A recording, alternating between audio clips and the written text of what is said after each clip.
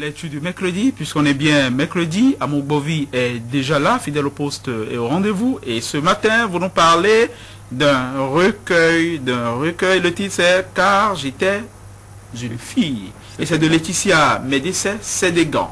Recueil de deux nouvelles. Deux nouvelles. Très bien. Amour.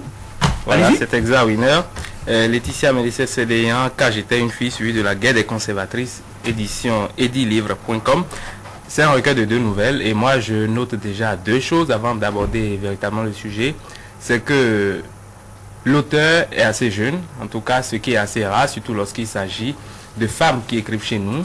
Elle a à peine 26 ans et cela est formidable à souligner. Et il y a une petite pointe de biographie également. Et lorsqu'on se réfère à la vie de l'auteur, en tout cas selon la biographie qui nous a été présentée d'elle à la DER du livre. Laetitia Médicet Sédégan, Car j'étais une fille. Alors de quoi il s'agit?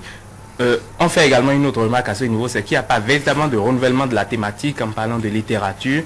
C'est des sujets qu'on connaît, c'est des sujets qui traversent notre société, qui traversent les coutumes et les cultures africaines. Et donc la première nouvelle qui est intitulée Car j'étais une fille est l'histoire d'une petite fille prénommée Agnon. Agnon qui signifie en langue adja espoir. Mais est-ce que sa vie relate véritablement cet espoir là, vous le saurez à travers la lecture de cette nouvelle là. Et il s'agit de mariage forcé, c'est-à-dire avant même la naissance de Agnon, elle était déjà destinée à un vieil homme qui était chef d'un village. Et alors qu'elle était encore dans le ventre, son futur époux avait déjà la soixantaine. Je ne sais pas si vous imaginez un peu le drame que préparait la famille à cette fille là qui était encore dans le ventre de sa mère. Et à peine elle avait 10 ans que la dot avait déjà été encaissée, une dot avec la modique somme de 150 000 francs CFA. Et suite à cela, à 14 ans, elle a été kidnappée par des jeunes gens qui avaient été recrutés par ce futur mari-là. Et ces jeunes gens-là l'ont amenée chez son époux, où elle devait être éduquée et soignée par la 6e femme de ce dernier. Donc le vieil homme, le chef du village, à qui était destiné Agnon, avait déjà 6 épouses, elle devait être la 7e. Et donc pendant quelques jours, elle avait été tenue là, en attendant que son intimité soit connue par son époux.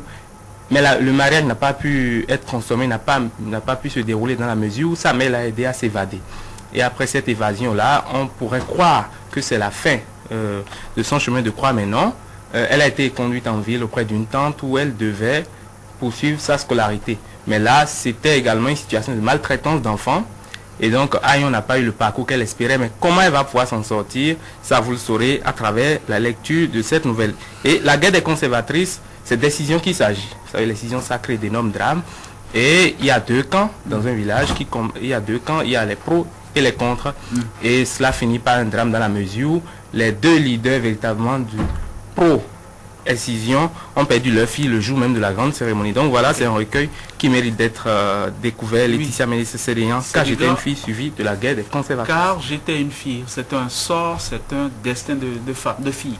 Oui, mais est-ce que vous direz écrivaine comme les Canadiens ou vous direz une femme écrivain? Oh, peu importe, on dira simplement que c'est une femme de lettres qui porte un regard sur la société. D'accord. Amour, votre mot de fin? Le mot de fin habituel, n'oubliez jamais, les livres doivent être faciles à lire, même s'ils sont difficiles à écrire. Amour, merci et avec jeudi prochain. Merci et heureuse année à vous. Vive les fêtes. Les fêtes de fin d'année. Et ça y est, on est dans l'entre-deux fêtes et nous allons encore en parler.